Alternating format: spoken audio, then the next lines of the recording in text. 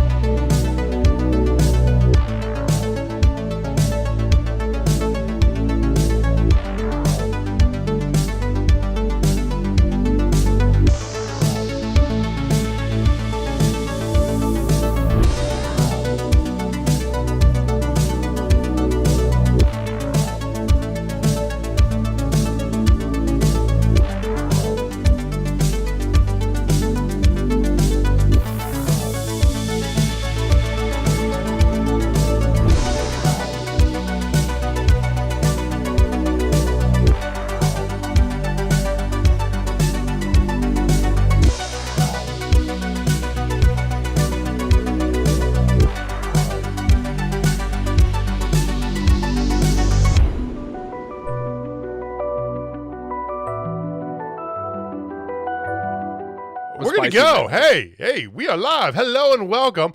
Welcome and hello. This is Total Spotfest. That is Jamie. I am JJ. And returning gloriously, one Mr. Austin Reddick.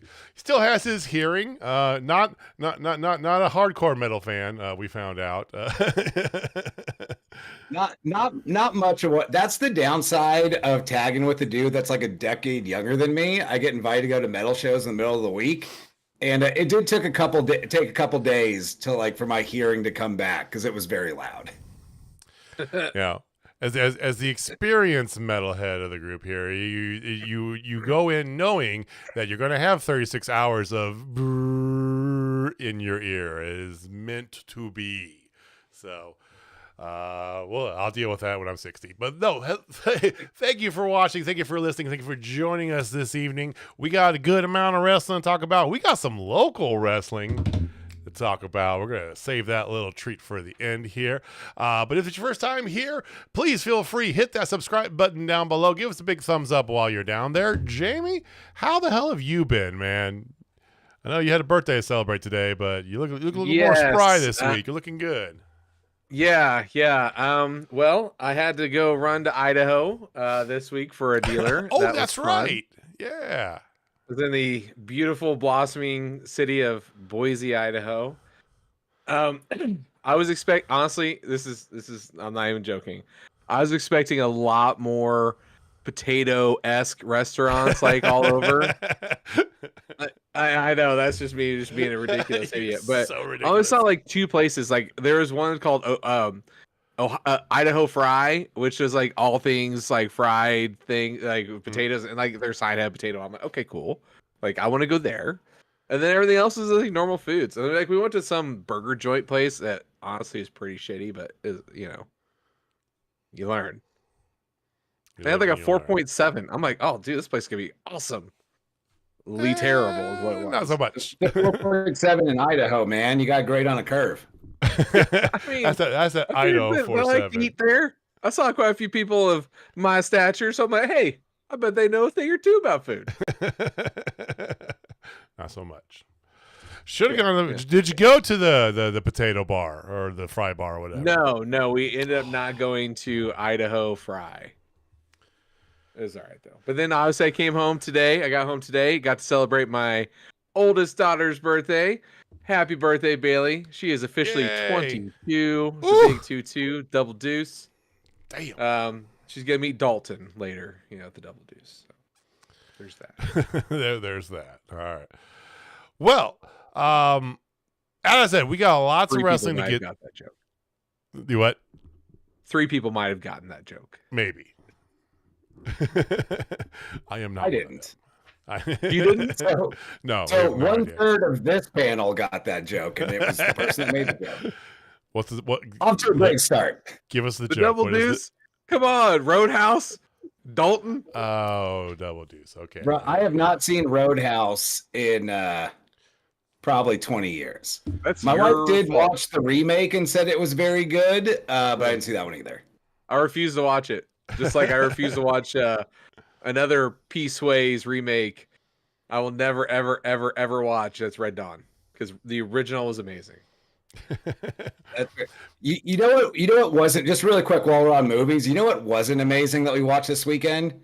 The Lost Lands, which came out about a month ago with Mila Jovovich and phenomenal wrestler turned actor one Mr. Dave Bautista. Oh yeah. And that speaks to me and Miss Heidi Howard. That's our kind of jam. Like, you give us Mila Jovovich, you give us Batista, and they're just fighting through a wasteland somewhere. How can that not be good? Somehow it was not good. So you could take a hard pass on that one because we have a very low bar for entertainment, and if we didn't enjoy it, you won't either. I mean, just throwing Mila in a movie does not equal success. I.e., look at the Monster Hunter movie or whatever the hell that was. We enjoyed Monster Hunter. That. You liked that? That movie, yeah. the movie Monster Hunter, not the series of video games is wildly successful. The movie was a perfectly enjoyable, like, hour 45 of Mila Jovovich kicking some monster ass. Like, oh my god, the movie was terrible. It's somehow, like I've watched Resident Evil. Now it's Resident Evil on sand. Right, Resident Evil at least had a beginning, middle, and end. The Monster Hunter was just literally meant to be the start of, like, obviously a series of movies that didn't happen. Hey, give me just a semi-mailed in, but like action heavy, like hour and a half, and I'm here every day of the week. Okay. Somehow they took the Mila because the director of Into Lost Lands was Paul W. Anderson, the guy that did all the Resident Evil, like Mila's husband. Yeah. So like we're thinking pretty safe bet on what we're gonna get, and you add Dave Bautista into the mix. That Steiner math checks out, except this time it did not. Somehow it was still bad. Steiner math ended like Steiner's attempt at that title at No Surrender. Did not follow through. All right. For those you don't know, go back and watch old school TNA. I'm telling you, once it's on WWE's, like, you know, it's going to be, we all know it's going to be there eventually. When it's there, go watch it. It's fantastic. Can't wait. I can't wait for you to see some of the good stuff. The old six-sided ring, Team Canada stuff going on, original Abyss, right? The whole Abyss Sting feud, right? The first Monsters Ball. And still in his peak, one Mr. Sabu, which I feel like we have to, before we get into Dynamite, give a word out to the homicidal, genocidal, suicidal Sabu, because hardcore wrestling, for those of you who are unfamiliar too, you know, might just seen a little bit what he did in WWE and AEW, you know, this man literally wrestled for, and I'm not kidding, everybody. Like everybody. And his stuff in Japan in the early 90s, like before he really, you know, around the time, but right before he was really deep in his Taz feud in ECW. Oh, Jamie can talk about it. I mean, it is brutal, because some of that old Japan stuff from the 90s was vicious. And unfortunately, we lost Sabu here this past week at the age of 60. Gentlemen, thoughts on the one, the only? I know Jamie's got a lot to say, being an old ECW head. I remember being 10 years old and seeing ECW for the first time because my friend's older brother like bought some tapes through a magazine or something. And thinking right. Sabu was just like the coolest thing I'd ever seen in a pro wrestling ring.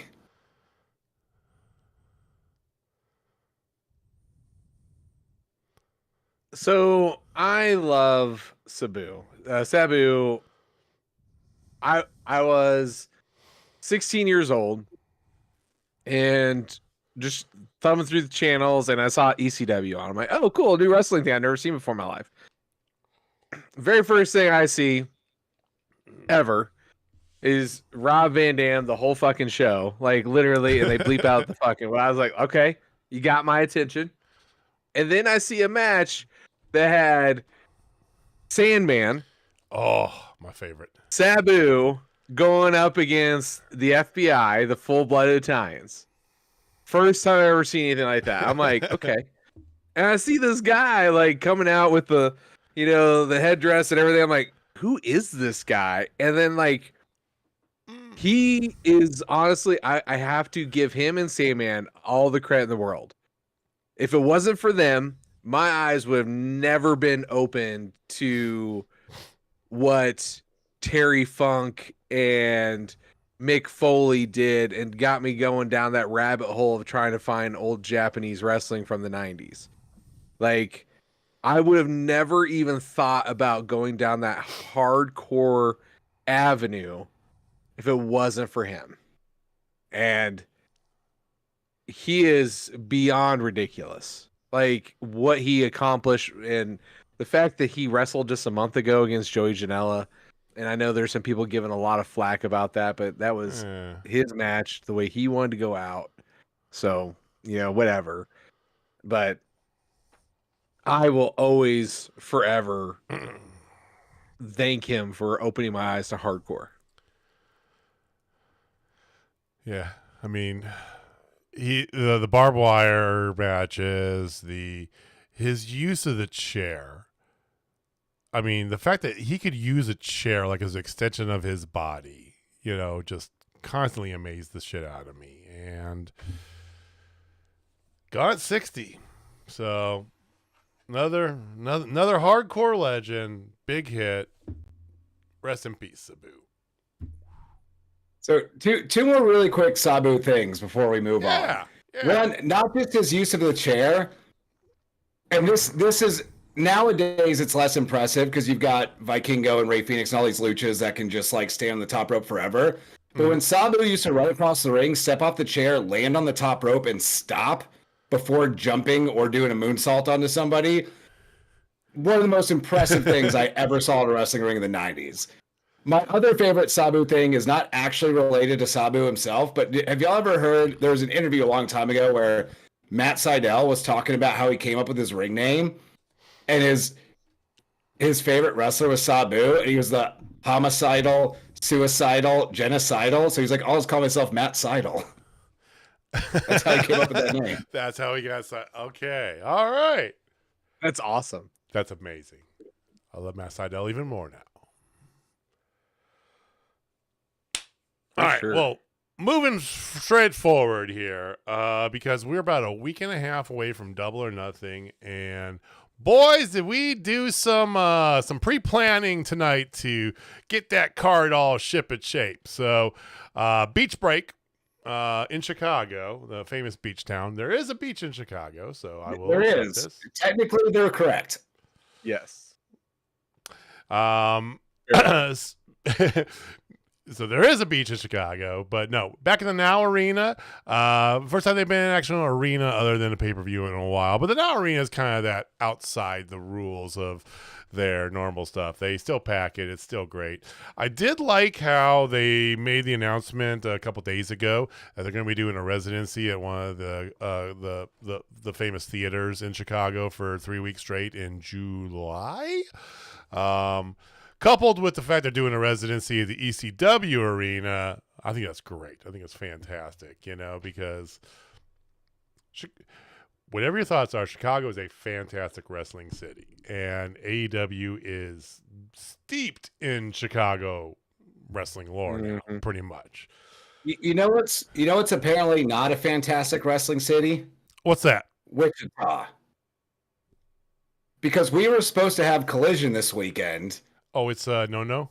It's in Chicago. Like they doubled up at the Now Arena in Chicago. It got, I think, like 2 weeks ago. They're like upcoming live event schedule change, and so they are no longer coming to Wichita this weekend. So apparently, we are not a good enough pro wrestling town. Oh man, I blame you solely for that, Austin. No, it was going to go.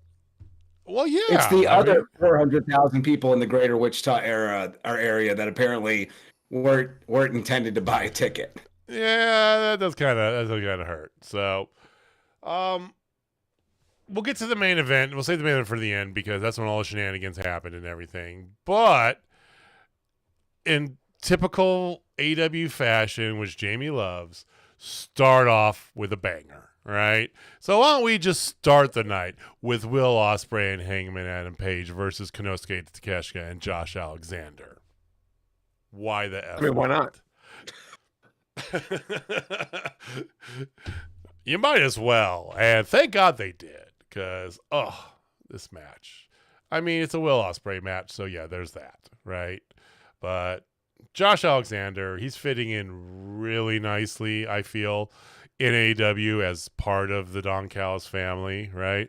He's in a little bit of a jobber role, but not really, right? Because of the way he slots in. So I like that for him, right? And just a lot of tension built for the whole, they're not tagging out willingly, Ospreay and Hanger. Will they, won't they, in the middle, which is kind of what you got to do when you got two faces, right? You're not going to turn you into one heel for sure, so make a little dissension on them. Good, fun way to start the night. Yeah, I mean, the match was absolute flames. You got the character and story work you needed out of Hangman and Ospreay. You didn't have to go full in on the can they coexist, because they don't really need to. They're wrestling each other in 10 days to settle it.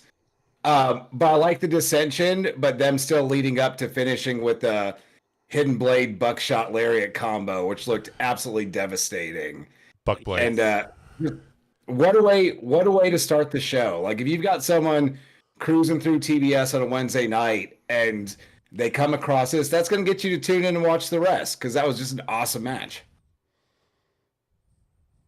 This match had everything you'd want out of this match. Like, I can't really say too much other than the fact that what I expect out of a Ospreay Hanger match versus Kensuke Takeshita Josh Alexander match, I had certain criteria I was expected to see, and I saw every last ounce of it, and I didn't see anything really extra. They did try to do that little extra storytelling that they didn't really need to do. I agree with you on that. Very enjoyable. I love this match. Match of the night. Easy peasy. Oh yeah, without a doubt. I mean, so Squash doesn't like the Hidden Blade. My man, Backwoods Squatch, I could not disagree with you more. Oh, Hidden Blade's rad. I don't And Logan, mind. yes, I'm surprised Gabe Kidd too. Like, we got lots of time. Yeah, we're holding off. We're going to talk about the main in just a few minutes here. Jamie got happy. So Logan, we're putting a giant pit in that one here, and it's like, I don't know. See, my thing on it is it my favorite finisher he does? No, I like the Stormbreaker best. I think that's his best finisher. Tiger Driver 98's fan. I like the fact that he's got so many options, and Hidden Blade's one of them. It's a striking move. So, but it's not for everybody. Just like Dude, for some reason, Jamie hate. It's an elbow shining wizard, dude. And that's why I'm here for it. Dude, I like that he can hit it out of anywhere, and it's easy to counter, so you never know if it's actually going to connect or not.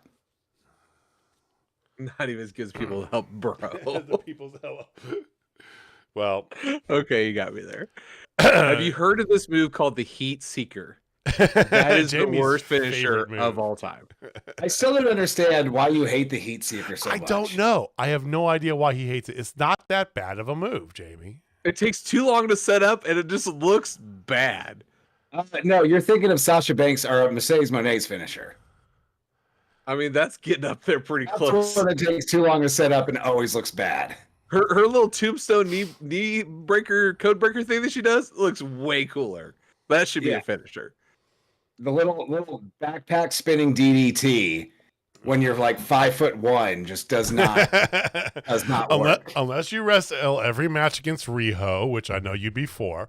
Maybe off the top rope. That'd be pretty sick off the top rope. It's the physics still aren't there. The physics they don't exist. It's still the Heat Seeker is the worst finisher of all time. I don't care. I don't. Pile driver, man. It's a modified pile driver from the ropes. You jump up and then you jump down, and come on. It's a rope assisted pile driver. You get that spring for extra leverage. Dude, all right. Well, what about Superman punch? I'm okay with that. So you're okay with a flying punch, but not a modified pile driver? Yeah. Because it looks cool. You're telling me somebody flying out of nowhere and just jacking some dude on the jaw doesn't look cool? Because honestly, that's kind of believable. I've watched enough UFC to know that a Superman punch can knock somebody out. But here, let me take you, put you on the rope, outside the ropes. Let me drag you through the middle. Oh, let me get on top, and then like, come on, this just takes too long. Right. Do you have a problem with Randy Orton's rope hang DDT? A little bit, yes. Okay, well, you're consistent, if nothing else. I appreciate it. At least you're consistent. I just hate how they take so long to set up. Like, it's like if he's already out there, yeah, cool, that makes sense. But in every single one of your matches, that's like the play. Like, come on, man. No, man. You see, you're missing the psychology of it. Homeboy is draped over the ropes. He thinks he's safe. You're touching the ropes. That's a rope break. You're not supposed to be touched there. But then a guy jumps up and gives you a pile driver. It's a sneak attack. If it was like an out of nowhere type thing, that'd be kind of cool. But no. It's not an out of nowhere. It's like Commander trying to walk across the ropes. Well, on the level, talking about some finishers. Oh, yeah, and stuff. spicy. I know, yeah, you are spicy. Yeah, Jamie's like actually somewhat rested this week here, so he's got some hit to him, man. You guys get full Jamie. I apologize in advance for absolutely nothing. This is how it's gonna be. It's been a bit. We need this, the I am so sick of softball, Jamie. Just worn down. We need full on Jamie. Yes. Speaking of finishers, something similar to the hidden blade is Ricochet's, reverse hidden blade, basically. The spirit gun, terrible name. So Ricochet beat up had an ass kicking contest with a one-legged man tonight. Okay. Again, don't get twisted. Again, their match at Collision was way funnier. I mean, it wasn't even really a match. He just kind of came in and, did the whole thing, but he got his leg taken from him, which always funny. I hate it. And Zach going, I was as familiar. I kind of knew of him slightly, and then, but they made a good point of informing you. This guy has been around wrestling and done some stuff, but it did feel weird. I don't know why. It's just like, okay. Sure. See, I enjoyed this. I think this was the perfect use of at least half your audience has been watching long enough to remember Zach Gowen, because there hasn't been many one-legged guys. So, like, it sticks out. And it was a nice little, like, here's a guy you kind of remember. Ricochet was never going to lose this match. But it's also real easy to get behind a one-legged guy in a wrestling match. Like, he's a natural underdog, so you're going to cheer for him. Ricochet's a super heel. This was just a nice, fun little spot. I've said it a million times on the show, I always enjoy when stuff on wrestling is just there to be fun. And that's what this was. And it delivered. Are you not entertained? I mean, seriously. He stole his damn leg on Collision and was parading it around. And then here he is in a match with the guy again. And it was gold. It's comedy gold. The idea is making Ricochet a bigger heel. I get it. Yeah. It's hilarious. Did we take this match seriously? Did any of you like, oh man, this is going to be a good match? No. No. You're just like, oh, this is going to be great. We're going to see Ricochet doing the most Ricochet stuff because he's doing the Lord's work right now. So it's like, let's just let him cook. Let him cook, as the kids say. Yeah, this is a fun use of Ricochet for a night. Yeah. Ricochet, who then they do and Mark Briscoe, so they're continuing on. So basically, he's angling with Mark Briscoe right now. I think it's a matter of time before you put him into a real title picture, though. Ricochet, he needs to be some title. I know a lot of titles are tied up in a single thing, which we're going to talk about later on, but one of those needs to at least feature Ricochet in the conversation somewhere. Ricochet needs the TNT title like yesterday. Yes. Give me Ricochet and Adam Cole again, right? I know it's not the same as when they were in NXT, but still Ricochet and Adam Cole. Let's go. I think he'll be better. Ricochet's better. Not because athletically, but face Adam Cole can suck it, dude. I'm sorry. Yeah. It's not. I'm not sorry. I mean, he's just not a face, man. He's just not a face. It's okay for, like, he could be a heel you kind of like because he's kind of funny at times and kind of cool, but, like, he just does not work as a face at all. No. I don't want to cheer for Adam Cole. And it's so weird because it should work. I mean, this is literally who he is, like as a person, right? Is who he is now, and it's just as a wrestler, it's just like, eh. Like So- if this so is your buddy, it'd be fine, you know, on Twitch, it's fine, right? But here, it's just like, Yeah. eh. So Squatch actually brings up a really good point. He goes, I kind of think AEW needs adding and removing of some titles. And I agree with that statement. Yeah. We've talked about it a lot. I think there's too many guy titles and not enough women's titles. I definitely think there needs to be a women's tag team title, especially with all the free agents out there and Tony's love for just inflating his roster. Like, bring that out. Maybe consolidate.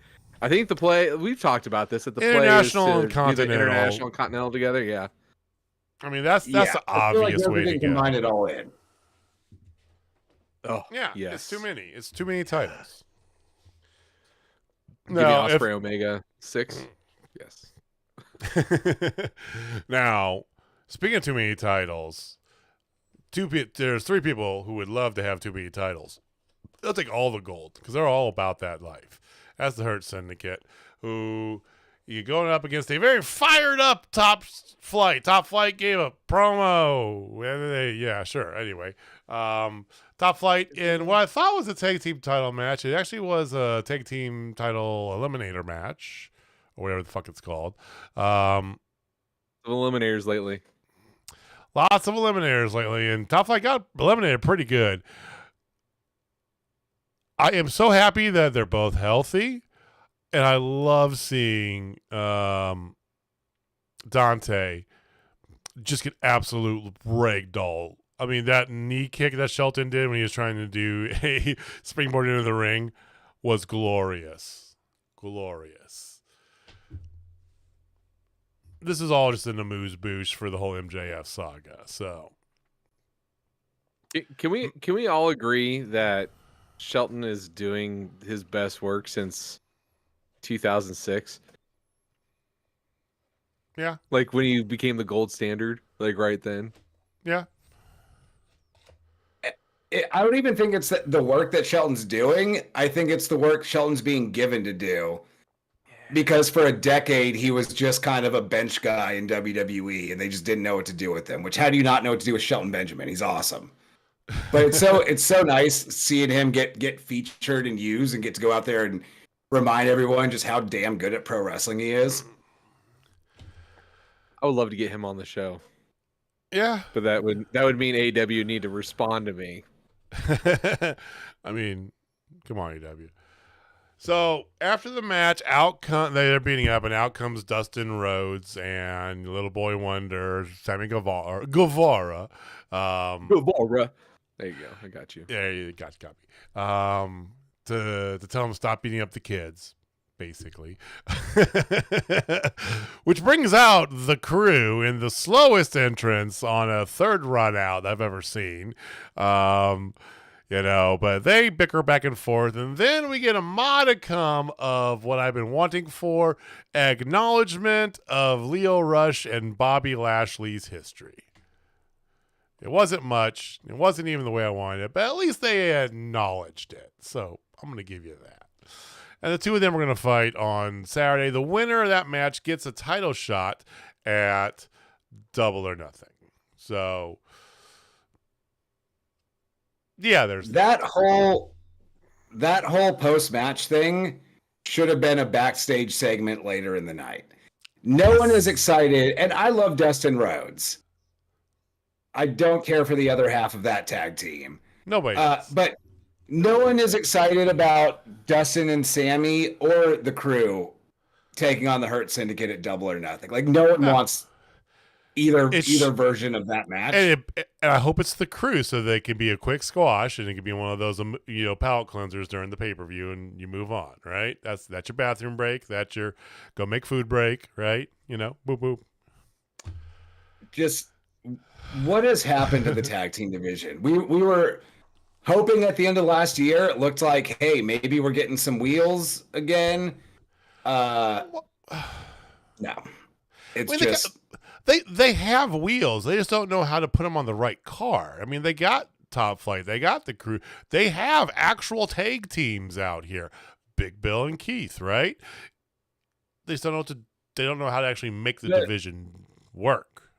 The problem is all of their tag team and Backwoods Squatch, great comment. They're kind of Shelton and Bobby are kind of like Undertaker and Kane when they were tag champs. Who does it look like they can legit beat them? All of AEW's tag teams that aren't Shelton and Bobby right now, or maybe FTR who are otherwise involved in something, they all just look like mid-card tag teams. Like there's no top teams, and that's the problem with the division is there's bodies, and that's it. Jamie's just been triggered over here. Good job, Squatch. Yes, thank you. So I think we've all talked about, like, again, I'm gonna echo you, Austin. It's like we talked about how the future looks so bright at the end of the last year, and like, hey, they're gonna do lots of great things, and here we are, May 14th, and shit's happened. Like same. Nothing. So I understand what we all was hoping was going to happen, where the death people, whatever, I can't even think of their name right now. Death Riders. The Death Riders would be done now, and like, you know, we have already moved on from that, and that's still just lingering. And you happen to have two really solid tag teams involved in that right now. You got the Bucks, who just came back, and I mean, you have Claudio and Pac got hurt, but you still got Claudio and Wheeler. You know, whoever else on that team. Like, you have those pieces, but we thought we have moved on from that by now. And I feel like that does hurt what's going on in the tag division. Now, I have a bold prediction, gentlemen. I see in the very near future, well, the face turn of the Hurt Syndicate, which they basically are in our eyes. They're going to lose the belts to the Bucks soon. Okay. And the Bucks will lose those titles to Adam Hangman Page and Swerve Strickland. Ooh. A part of his redemption arc. Yeah, choke on that one. Told you that's spicy. Maybe. Austin's foaming at the mouth here. So I don't hate it, but I see some problems. Of course, if you're gonna make Hanger and Swerve tag champs, which can absolutely work, you build up to it right, and like the story could be heading there.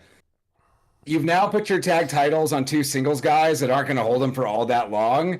Or if they do, you've still just killed your tag team division because your tag titles are now just a vehicle to tell a story of two individual singles guys. Like, I just want a tag team division.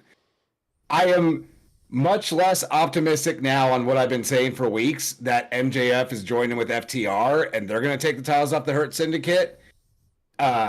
We'll get to a little bit later in the show. FTR seems otherwise occupied at the time, but that's the only reason I don't want Hanger and Swerve as tag team champs. I get the story, but you're sacrificing your entire tag team division just to tell that top guy story with them. And I love tag team wrestling. I want a healthy tag team division with multiple teams going after those titles and trading them around.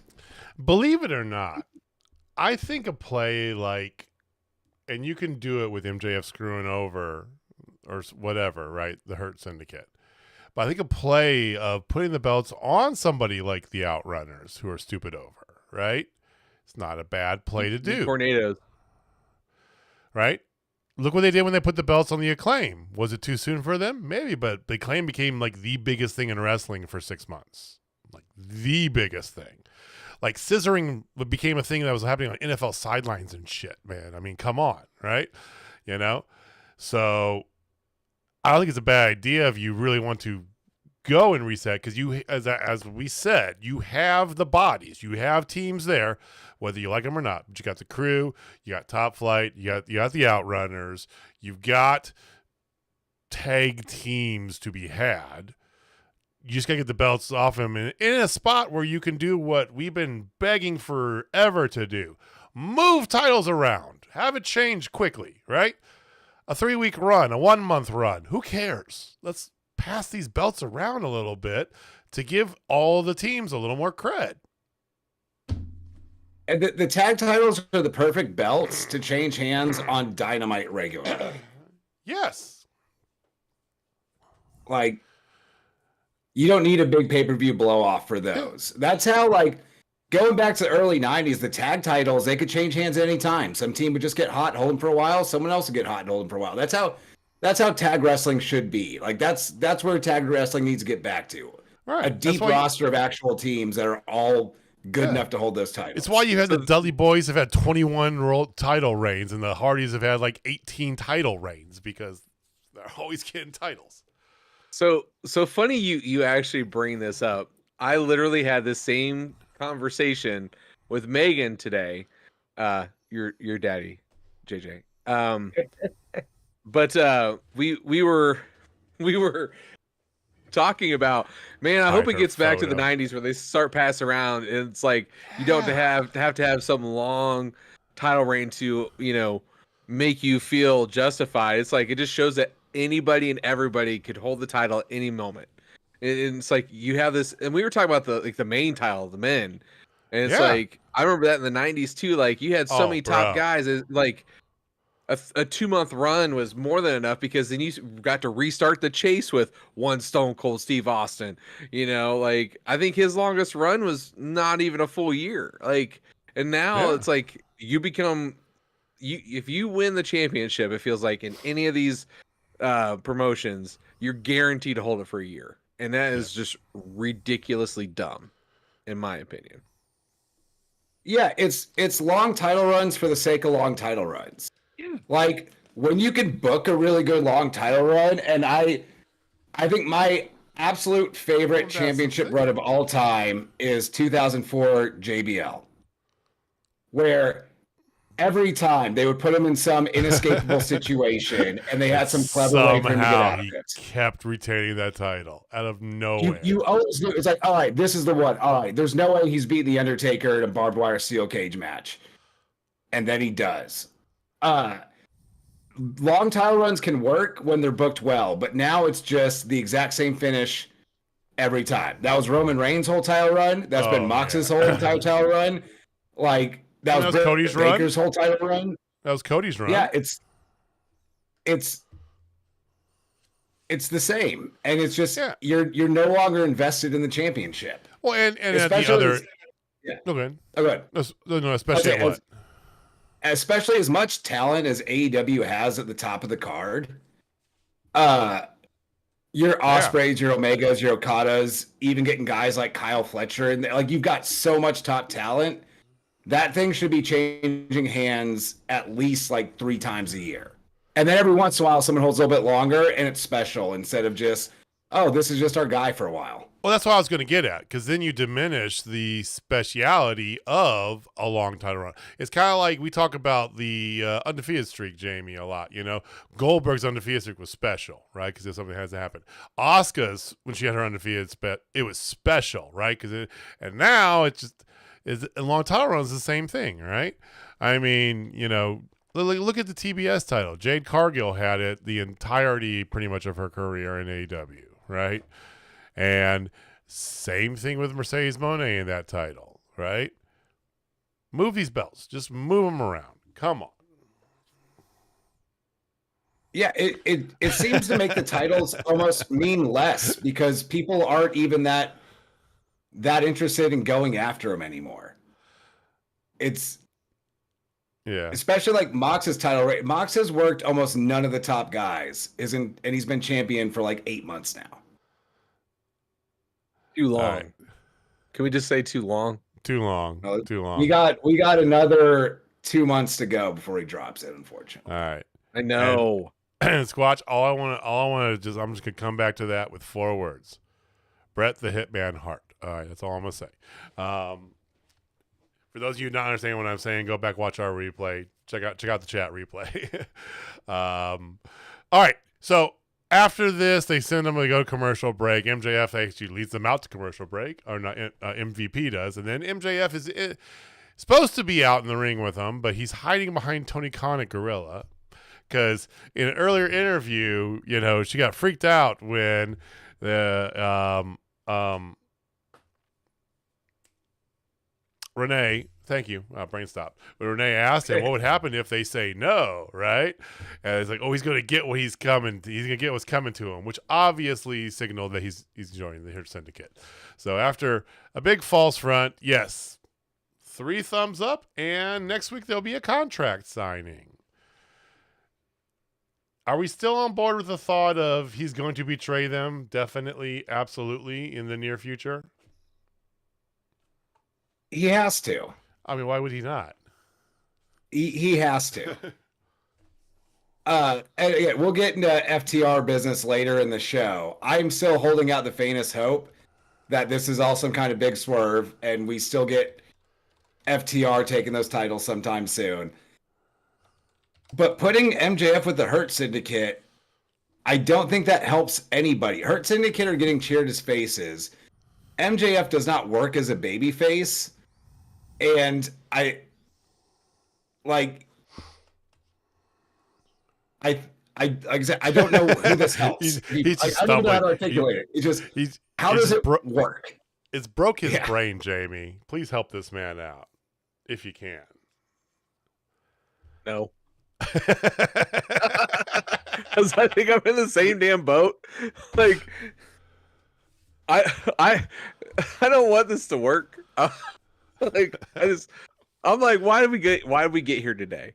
Like, all of us, like, I was watching it with Megan, and we were watching. It was like, okay, come on.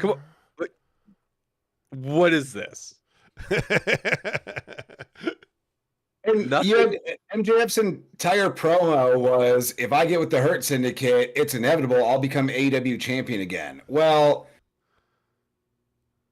All In's not for 2 more months, and we're deciding who's gonna be challenging for the title All In 10 days, and it's not gonna be MJF. So, like, is he just gonna spin his wheels for several months until it gets around to getting a shot? Like, just please don't. Yeah, give us a swerve. Yeah, please. For all of us. Give us a swerve. Now AEW, well, not really AEW. New Japan gave us a swerve over the weekend. So their LA show happened. Fantastic show by all fronts. Everything was really good. There was a 3-way women's match for the New Japan Strong Women's Championship held by Mercedes Moné versus Mina Shirakawa and AZM or Azumi. I don't know which is which. I don't know which is correct. So anyway, AZM is because that's AZM. Okay. All right. Thank AZM, you. Dude. So AZM she pinned Mina to win the title, much to the chagrin of Mercedes. Now Mercedes dropped the belt, but still didn't get pinned. So there's that. Okay. Whatever. And then Tony Khan.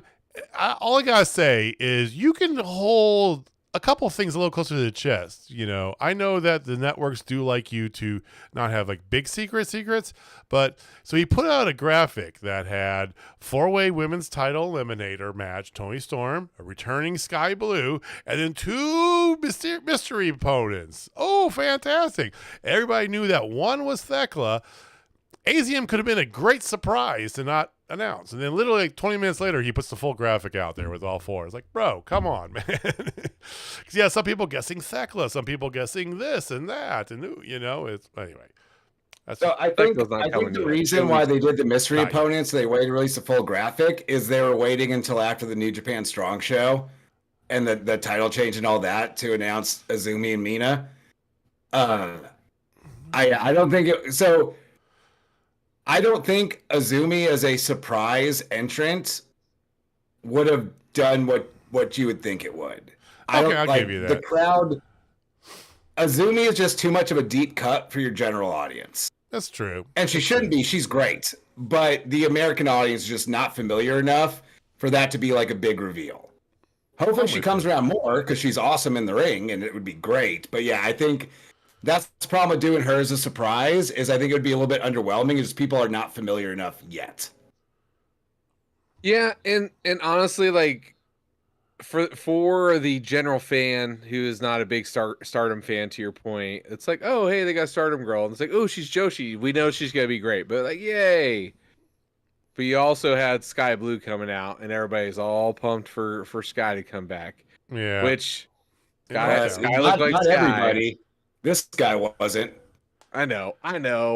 But you know what I'm saying, like the masses.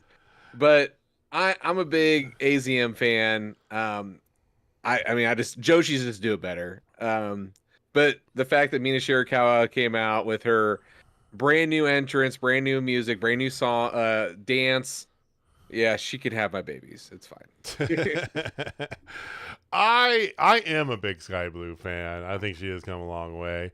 I like the fact that I she's can think of 2 reasons. I understand that. Hey, those 2 reasons are a lot more covered up than they've ever been in AEW. Let's put it that way. All right. But hey, I do feel like, she's grown quite a bit since her original, like, she's still young. I didn't realize that she had a broken fibula. I know she had a leg injury. I didn't realize that she broke a bone in her leg. Like, bro, that's stupid. So that's it. The fibula, that's one of the 2 bones in your lower leg and your shit. She broke her ankle, but it was not at the joint where it was up a little bit. That's what my wife broke back in August, but it was like a fracture. I think she just straight up snapped it, so it was a little bit longer recovery time. Those are fantastic. We're going to talk about all that here in about 2 minutes. All right. Hold on, Grande. So, four-way women's match for Eliminator. It was fun. It was good. It was a Tony Storm match. Skye Blue getting all the big pops back. AZM getting some good flowers. Everybody loves Mina, and Mina, they made it very well known that Mina's officially in AEW. Like we didn't already know, right? Whatever. But she makes my heart happy. Yeah, I know. I have a thought process because I want to hear you guys first. But Mina did get the pin over Tony to earn herself a title shot. It's going to be a Double or Nothing. Thoughts? That's kind of what I saw coming as a result of this match. Like, I don't think you were good because obviously Double or Nothing, you're getting Hayter and Mercedes to see who challenges Tony at All In. But I didn't think they were going to leave Tony off the show. And Mina getting the small package pin and an eliminator, like that's an easy match to just run back in 10 days and get a women's title match on the show. I think there's something bigger at play, boys. So do I. I want to hear yours first, though. Bigger things. Bigger things. Not necessarily in size or stature. I'm thinking Lady B. The Glamour is coming back. All right, you stole my thunder. Mariah May is going to show up on our TVs very shortly, and it's going to be glorious. And we'll get into that comment about Athena because I think we've all said it like 1,000 times. We've been over that. We're pretty hell bent on that one, Grande. We are very much in the Athena costs her the match because we haven't lost Mariah. Mariah is still under contract for another 4 months. If she might go to she might go WWE. You're absolutely right, but she is still There's a lot of smoke to the WWE fire. Oh yeah. It makes sense. If she goes, you know what? I'll be happy for her. I'm not going to be one of those people like, oh, I hate her now because she went to like an opposing place. But I could easily see her staying here too because all of her friends are here now. Like literally, Mina, one of her best friends, Thekla's one of her best friends is coming over. Like all these people, like I don't know. I love the idea of her showing up to run a program with Mina, and those two have a long, like, lasting thing. I think that would be a very valuable thing if she's in fact leaving, and then that would obviously set up Jamie Hayter versus Tony at All In. All right, you guys ready for me to overbook the living shit out of this? Oh yeah, go for it. Let's go. All right. So the Athena match, Athena comes in, Jamie wins, right? Setting up Athena versus Mercedes. Okay. We're all in agreement on that. We've been talking about that for weeks here. Grande, you're right on board with the three of us. We're all there. All right. Comes down to the women's title match now, and because they're frenemies, right? You know, they're friends. They even said hello, friend, at the beginning of the match, right? You know, and so there's not animosity between Mina and Tony. Tony is in her own world. That's just to be completely honest. Yeah, absolutely. Yeah, follow along. But out comes Mariah, right? To get involved during shenanigans, right? They go kind of awry, which leads to Tony winning the match, right? Mina's unsure what to make of this, which brings out then a Thekla. Mariah and Thekla in the Bad Girl Alliance beat the living shit out of both of them to scores of boos and hisses and cheers from the crowd. And that's how we move forward. So I'm gonna disagree with both of y'all. I told you I'm overbooking the fuck out of it. I don't care. Let's go. Give me all of them. I don't hate it. Just like I would enjoy seeing that. I don't think that's what's gonna happen. Oh, reality. No. I think Mariah May is gone. Gone. Okay. I think Mariah May is heading to WWE when her contract's up, and they are just shelving her until she leaves. I think if you bring Mariah back, getting Thekla involved is the way to do it, because Thekla is clearly coming sooner rather than later. Oh yeah. But I think Mariah May is basically in WWE already, and that's something that I think it's overlooked sometimes, especially when you're more compelled to watch AEW over WWE. You kind of forget how many of these younger stars just grew up watching WWE, and that's their dream and their goal.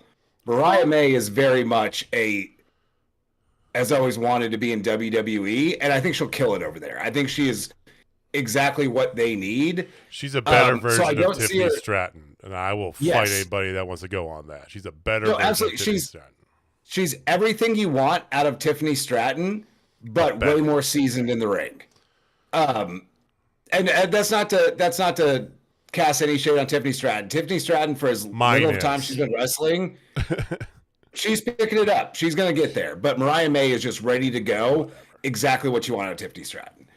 So since I'm pretty sure she's on her way out, and I don't see them bringing her back if she's out the door in 4 months from now. That's just historically not what they've done. Look at Ricky Starks. I would love to see it. I just don't think it's going to happen.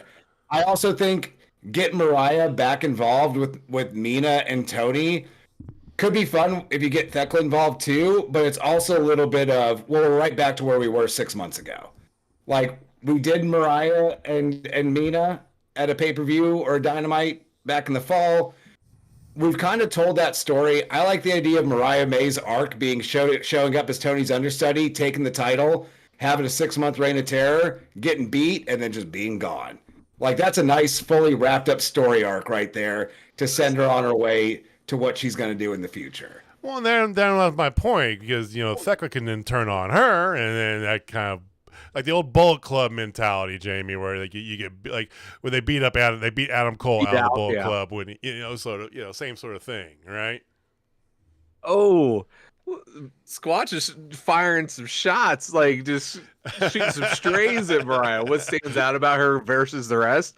Well, she could talk, and over half of the women's roster in WWE cannot talk. Fight me on that one.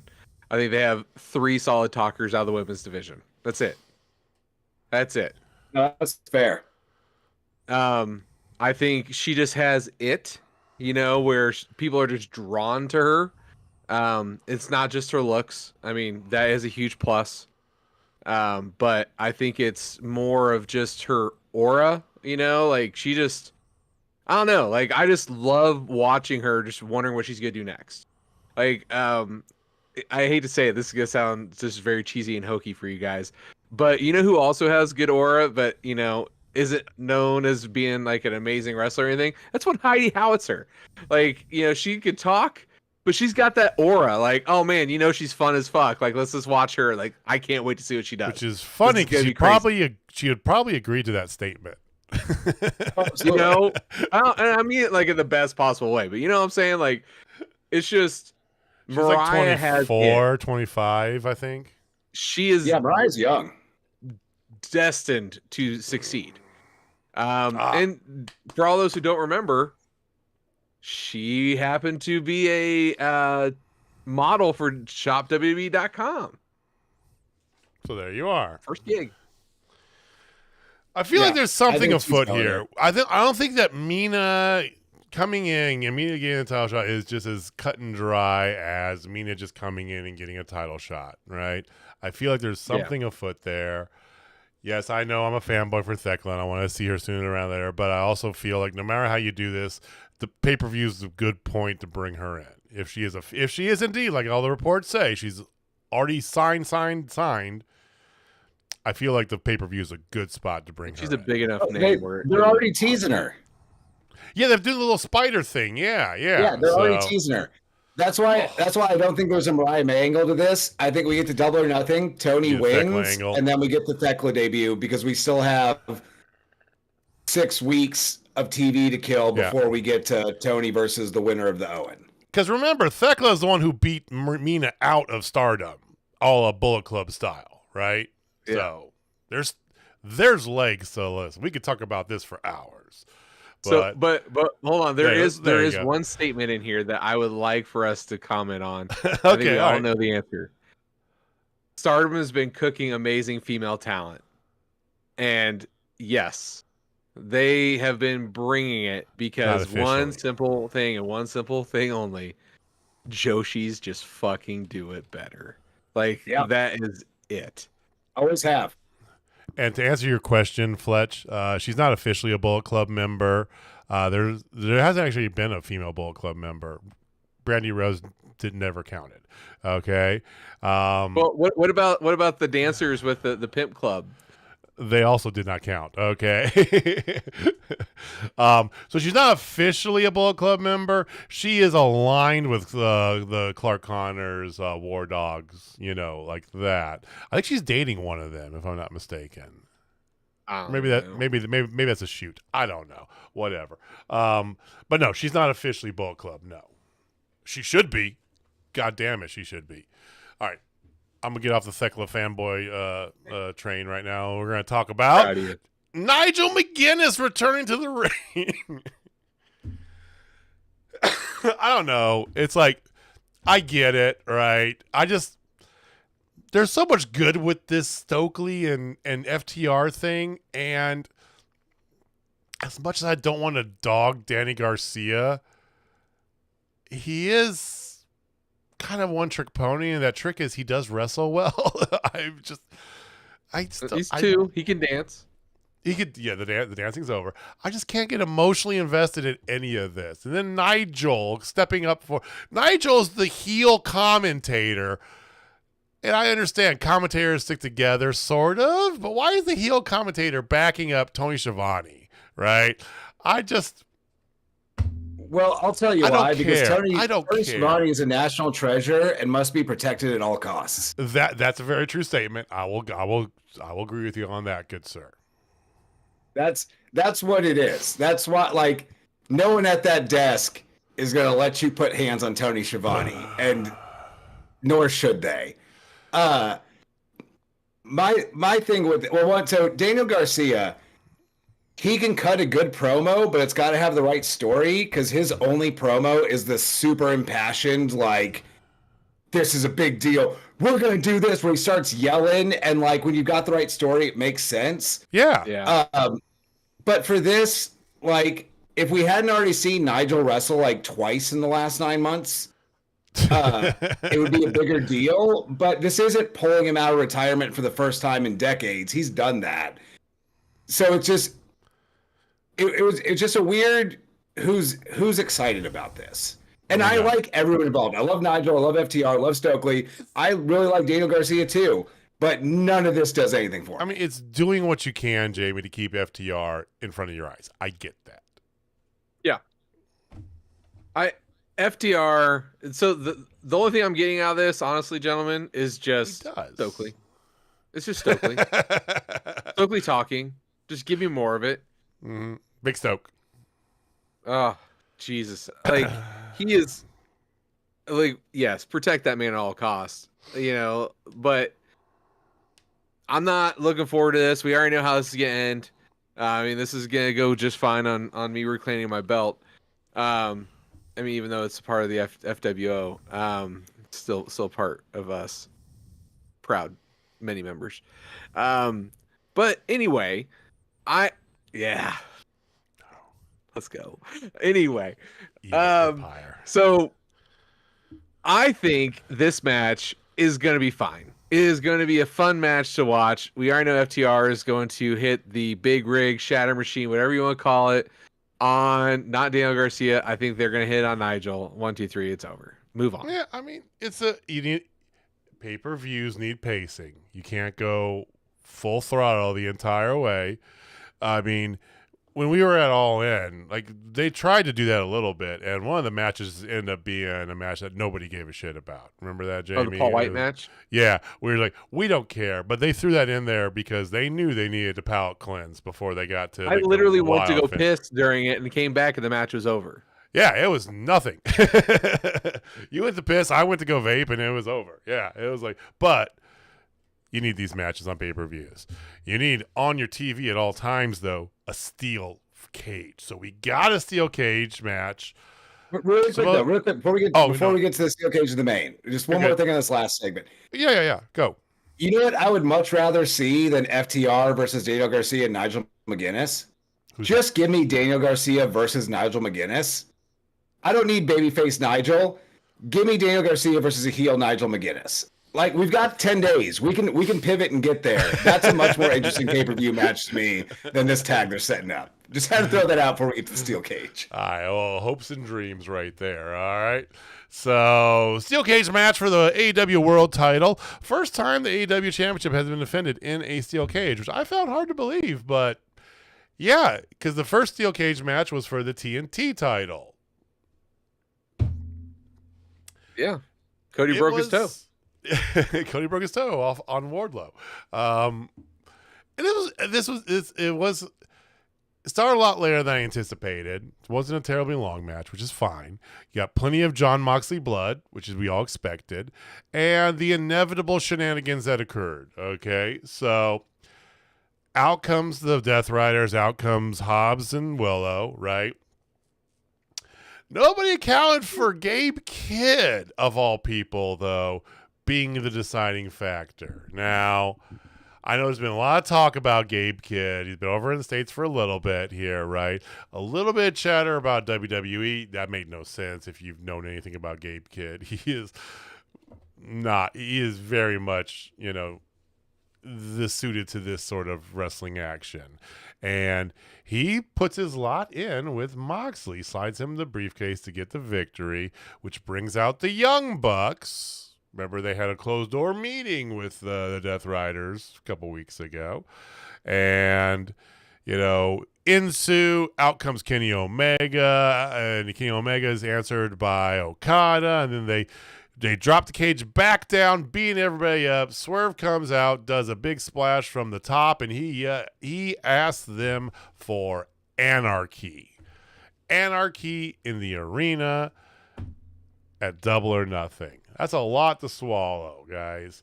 So, thoughts. Gabe Kidd, the ending, all the pieces, anarchy in the arena. Where do you want to start? Where do you want to go?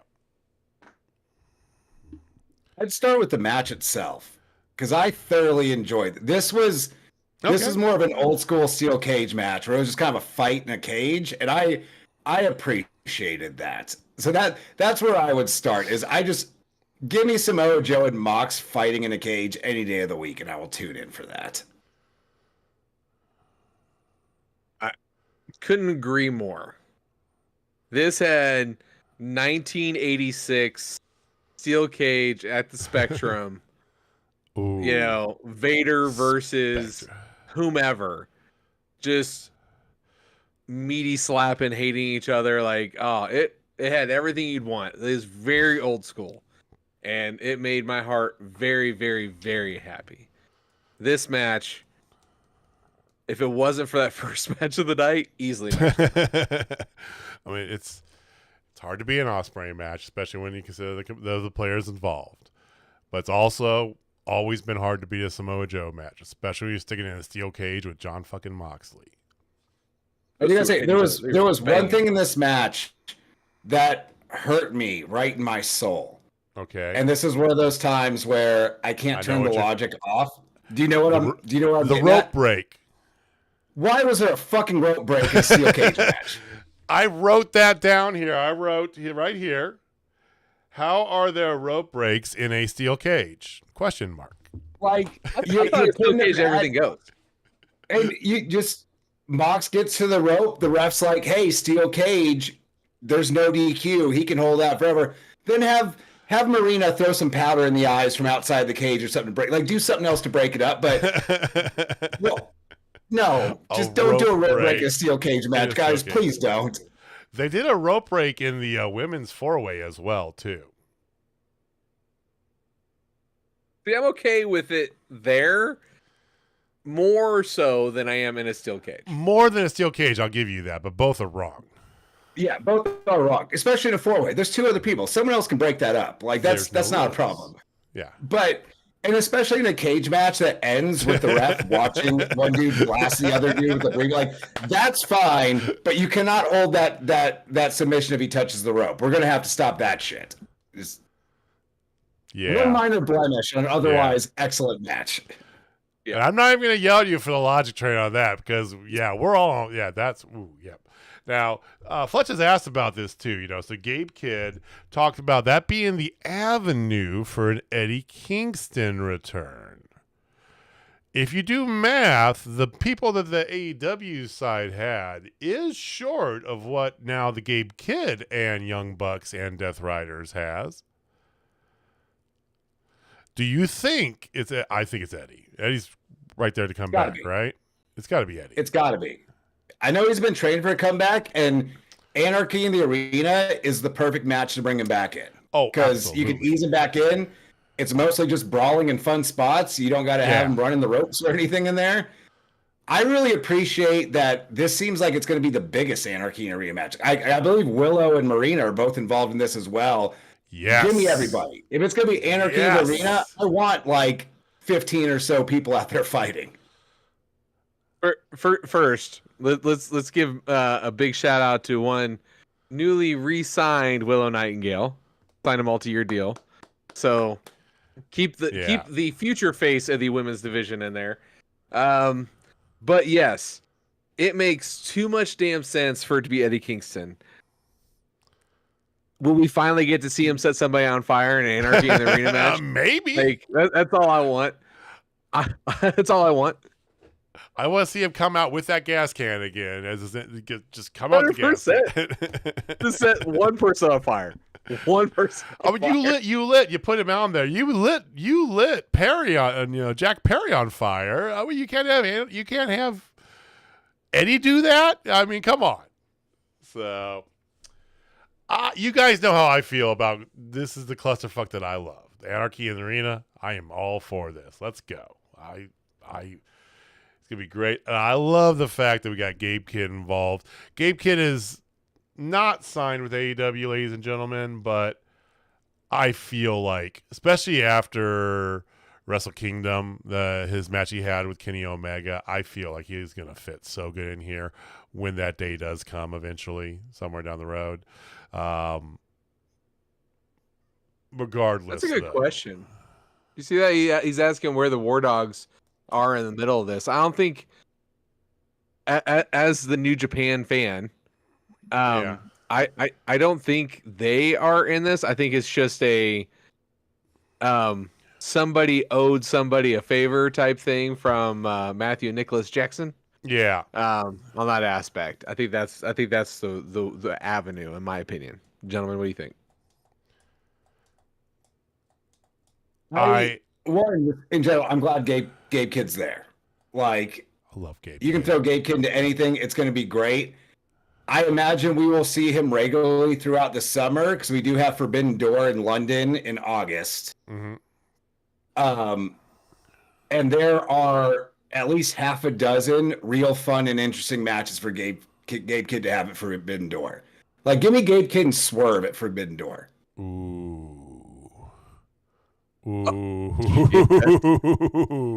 Yeah.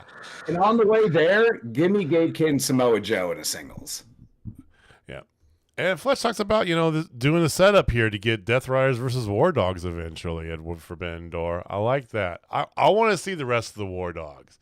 I love the War Dogs. I love that offshoot from the BC. I think they are just so good. I mean, Gabe Kidd will make we'll it actually finally get the Bullet Club in Forbidden Door? Because we've never really had Bullet Club in not there. Not real. Yeah, that'd be nice.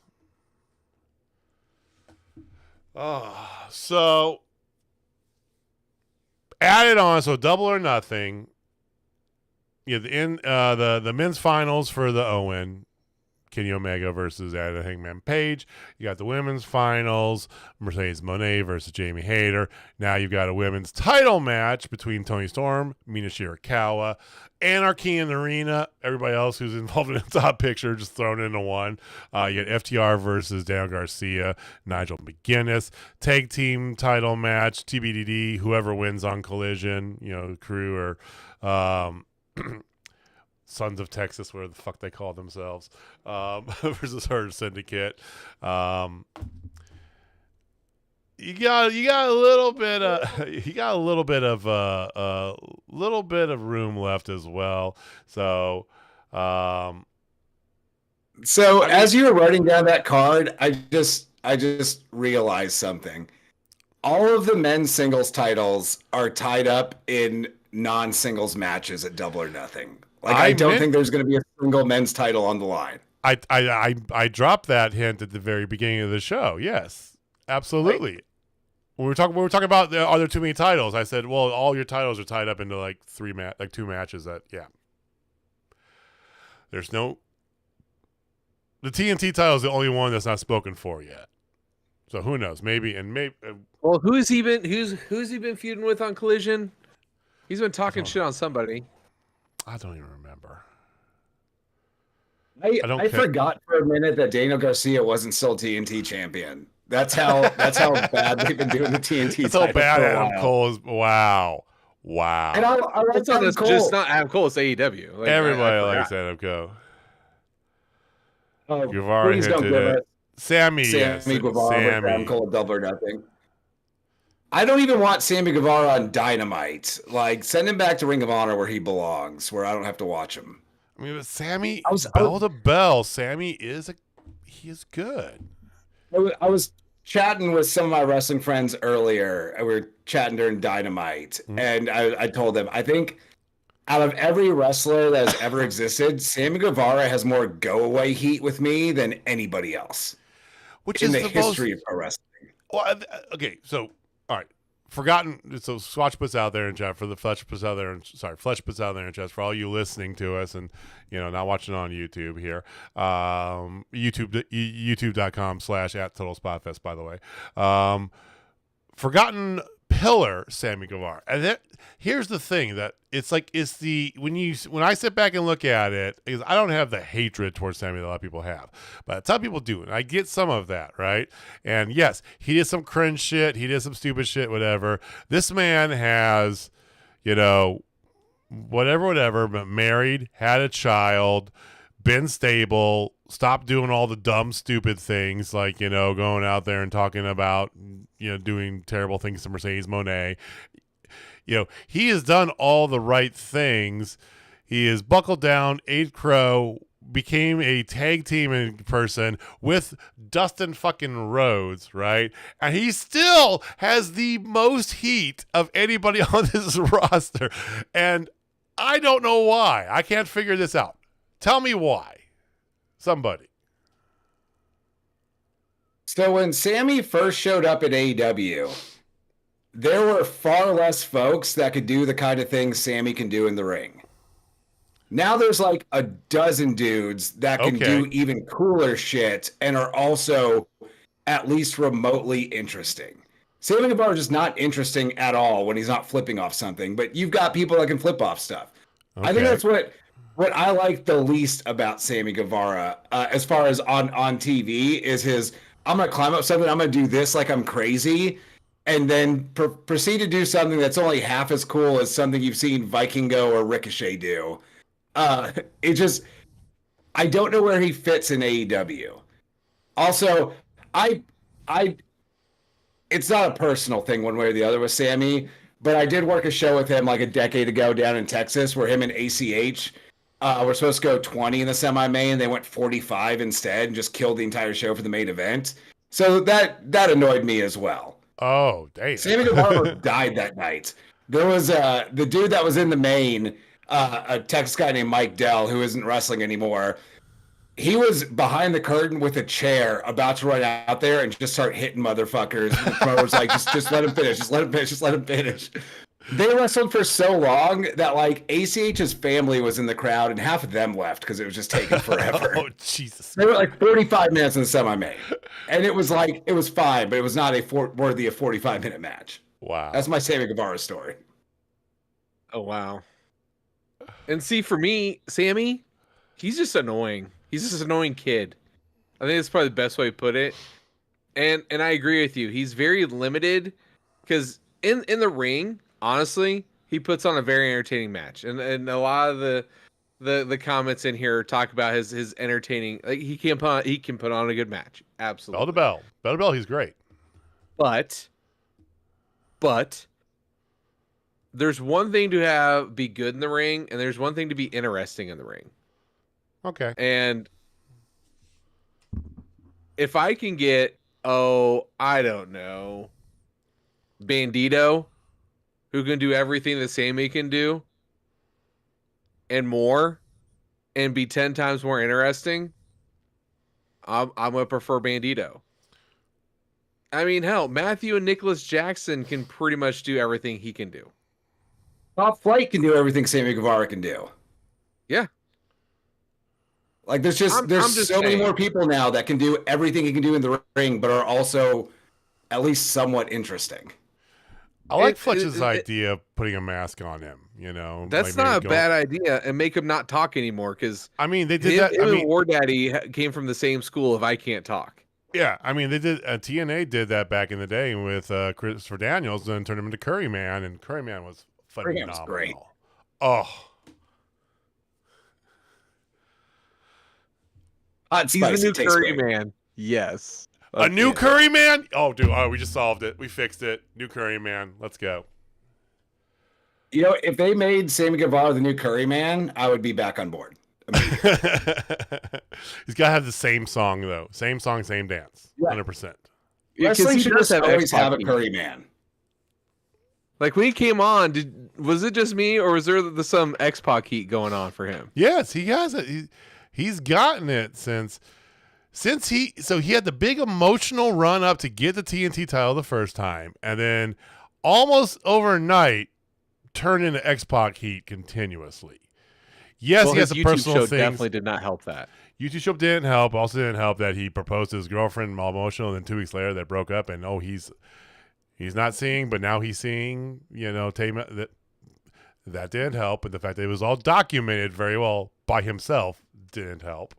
I get that, but yeah, he's still got X-Pac heat a little bit here and there. It is what it is. All right, we're on board. Curry Man, make it happen. All right, that was Dynamite, boys. Elsewhere in the wrestling world, there was another pay-per-view pretty close to us this past weekend. Did you guys watch Retribution? Whatever the fuck it's called. What is it? Backlash? Backlash. There we go. I don't know. My brain just stopped working completely. I don't even fucking remember what it's back to TNA. I obviously didn't. Yeah. Curry Man's got me bent. I'm sorry. I did watch Backlash, and I gotta say it was largely a very enjoyable show. Like, I enjoyed the shit out of it. It was modern WWE at its best, which they do from time to time. I've started watching Raw less because they've kind of fallen back into the nothing matters from week to week, and they're just filling 2.5 hours. But Backlash was a very enjoyable 3 hours or so on my Saturday evening. I will say this. Seeing Pat McAfee get completely destroyed by Gunther was a highlight for me. I mean, I like Pat. I enjoy Pat. I appreciate everything he does, but just seeing that whole thing just work its way out was good. Yeah. Honestly, I think my favorite match of that entire show was Becky and Lyra Valkyria. The fact that they had Lyra win and not put the belt on Becky spoke volumes to me, and it was clean. No outside interference, no nothing. I was shocked, and sounds like maybe they're finally starting to listen to the fans a little bit. I mean, Paul says he does listen to the fans, but it's also WWE, so the 4-way for the U.S. title was phenomenal. They had some real cool spots for those guys. Got Jeff Cobb showing up at the end of that. Although they had Jeff Cobb show up in a line with Solo Sikoa, so the guy that's not even actually Samoan is now joining. Just all the island folk are being put into one group, which isn't the greatest thing, but we got to see Jeff Cobb, and I love seeing Jeff Cobb, so that was fine. But that match was great. I really enjoyed Dom and Penta as well. It was a fun night of pro wrestling. You know, and I the think fact Drew's that concussed. That's all. That's last I heard. Yeah. And Backlash, you don't expect. I mean, no titles changed hands. You didn't expect any of that stuff to go on, right? I will say the Jeff Cobb thing. Yeah, that was my first thought too. It's like, okay, he's from that part of the world, but I mean, Guam is not. Whatever. Okay. I mean, they're both U.S. territory, so there's that. Flesh was out there too. I totally forgot this because I did catch a few of the matches from it. Maple Leaf Pro, bro. First of all, they sold out Maple Leaf Gardens, which for those of you who aren't Canadian don't know, that's where the Toronto Maple Leafs play. Okay, that's Toronto's Madison Square Garden. Is the easiest way to put that. They sold that out. They had a killer show. Giselle Shaw is the inaugural women's champion, and Josh Alexander won the men's championship, singles championship. Excellent I wrestling. think caught me Maple Leaf Pro, but I love what they're doing. Like, it's kind of wild to me that there hasn't been like a true Canadian promotion in quite some time. Right. It's like that is an old school hotbed of pro wrestling, and kind of like down in Mexico, like they're gonna love their hometown guy, and they'll still probably show up when WWE rolls through town. Like, I think wrestling's just better for there being a strong Canadian promotion. So I hope Maple Leaf Pro just keeps growing. Same. Yeah. All that aside, we also got news this weekend, ladies and gentlemen. So locally, for those of you here in the greater Kansas City metropolitan area, or who may be traveling through Kansas City in the next few weeks and months here, local promotions has some announcements. First and foremost, our good friends over at Fountain City Pro have put together an actual card. Sorry, we've been dogging on you for a little bit, Chase, but the card has actually been put out there. Jamie has, I think he has the semblance of it in front of him somewhat there. They drug their feet on the main event, and for good reason here, but a week from Friday, so not this Friday, but next Friday, is the next Fountain City Pro. Yes, that is Friday before Memorial Day. So if you're not doing anything Memorial Day weekend, it is a long weekend. So you can always say, hey, start it off with a little wrestling Friday night. We are. Ball Event Center down in Olathe, Kansas is going to be a fantastic evening. Jamie, what did they announce this week? So the main event that was announced is a multi-person match. and it's not just any multi-person. It is a lot of big names here in the local area. So we got Warhorse, who has been on AEW, of course. The stiff Robo Ginger himself, Gary F and J of GCW. He's in there. All Steel. Jay Fowler's in it. Eric Surge, who's a big wrestler over on the St. Louis side. I've seen him. We've seen him a few times. He's a fun watch. And a new face I've never heard of in ZK47. Good name. And he is based out of Des Moines. Very good name. I'm not familiar with him, but that's a rad wrestling name, so I'm excited to watch him work. Yeah, 100%. The name itself is well worth it. Let me see. Is there anything else? Well, there is a six person tag match that I know we're very interested in here on this. Yes. Let me get to that one. So yes, we also have Jeremy Wyatt versus Scott Hansen again. I feel like there might be some shenanigans afoot there. Leon King versus Anakin Murphy. So that'd be a fun one to watch. And then yes, the 6-person tag or trios match. This is the real main event for the evening, just so no one's confused. It won't go on last, but this is really what the people are coming to see. This is why you buy. This is why you spend $20, ladies and gentlemen. All right. And it's ACFC and one Miss Heidi Howitzer going up against the Standard. Which looks like it's Chance Kerrigan, Ray Leon. Ray Leon. Oh, sorry, Juan Leon. He's going Juan. Okay. Their manager, the manager is wrestling. Yes. Yeah. That's the gimmick. That's the catch.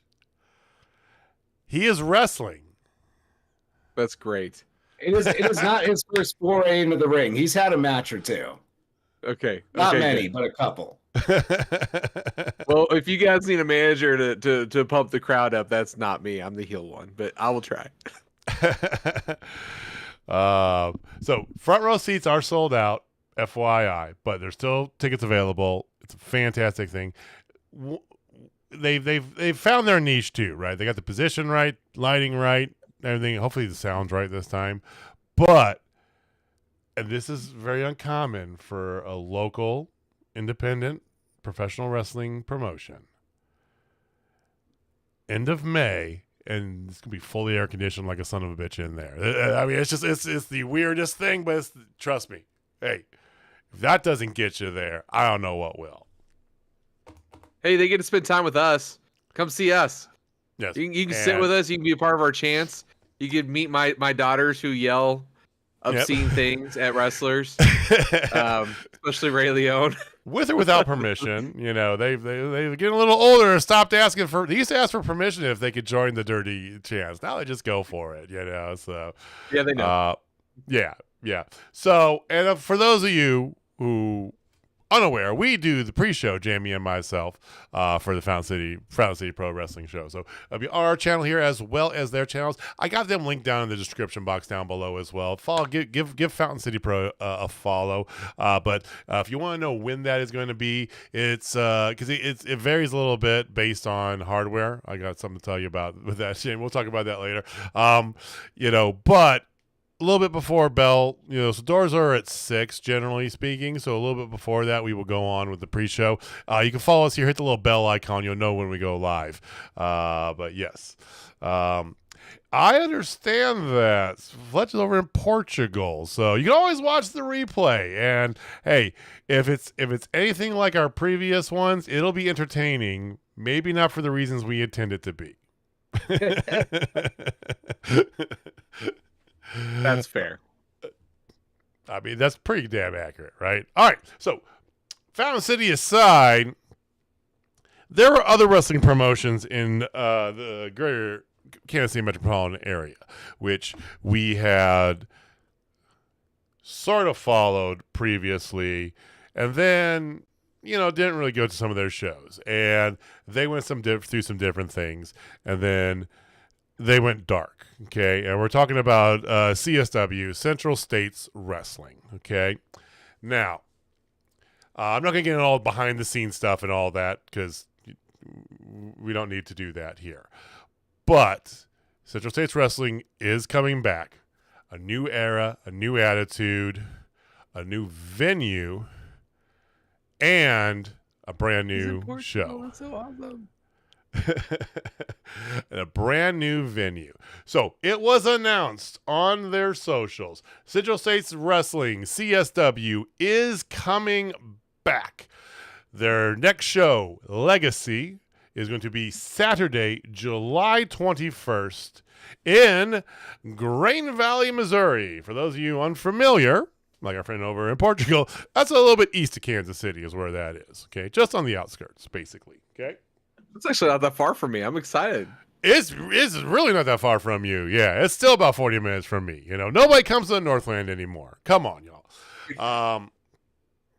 So they released a poster and kind of like a movie poster style promo they put out there. Okay, first and foremost, I just want to give credit out there that part of the proceeds are going to the KC Dream Factory, which is a fantastic organization. I think that is amazing for a professional wrestling. I love it when professional wrestling gives back. Okay. Now, there were some surprises I saw when I read through this kind of, box list here of the people that are going to be involved, okay? So there is Moonshine Mantell, which is, I'm not going to spoil anything, but just tell you, there's no surprise that he's the first name on there. Dak Draper. The name Dak Draper was used too, okay? Jeremy Wyatt, no surprise there. We get to see our good friend Anaya in Kansas City again. Naya's coming back. The Premier, Luke Langley, Sexy Rexy, Greg Jovi, Blair Onyx. We haven't seen her for in a hot minute. Long time. I haven't seen her since Journey Pro days. Was it Journey Pro, or did we see her when she was over in? Have we seen Glory Pro since then? Jamie, are you frozen? It looks like he's frozen. I think Jamie's frozen. We're going to keep rolling. He's frozen with excitement for the return of Central States Wrestling. All right. Y'all's got Miranda Gordy, Austin Lee, Scott Hansen, and then the name that really surprised me, the fact that it was listed on here as this name and obviously being marketed this, Jamie, the Besties. I saw that.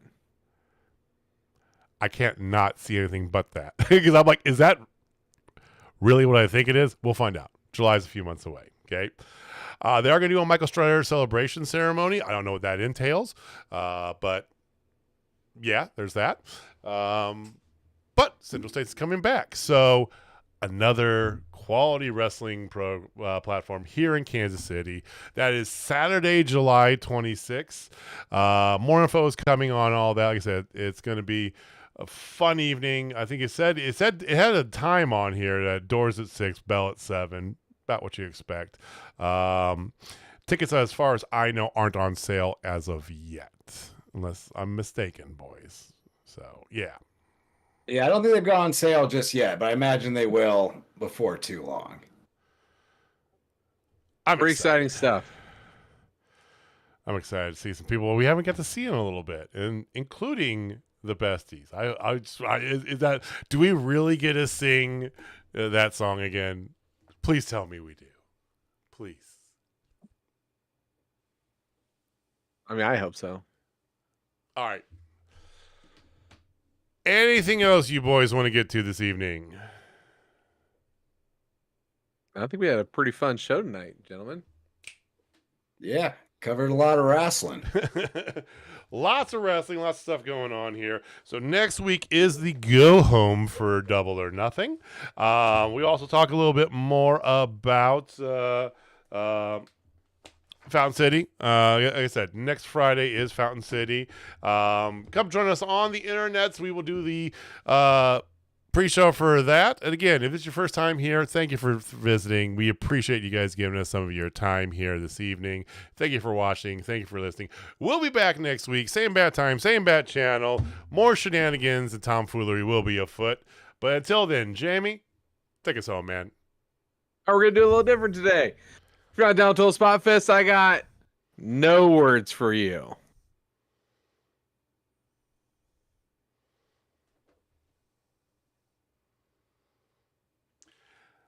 All right, guys. See you next week.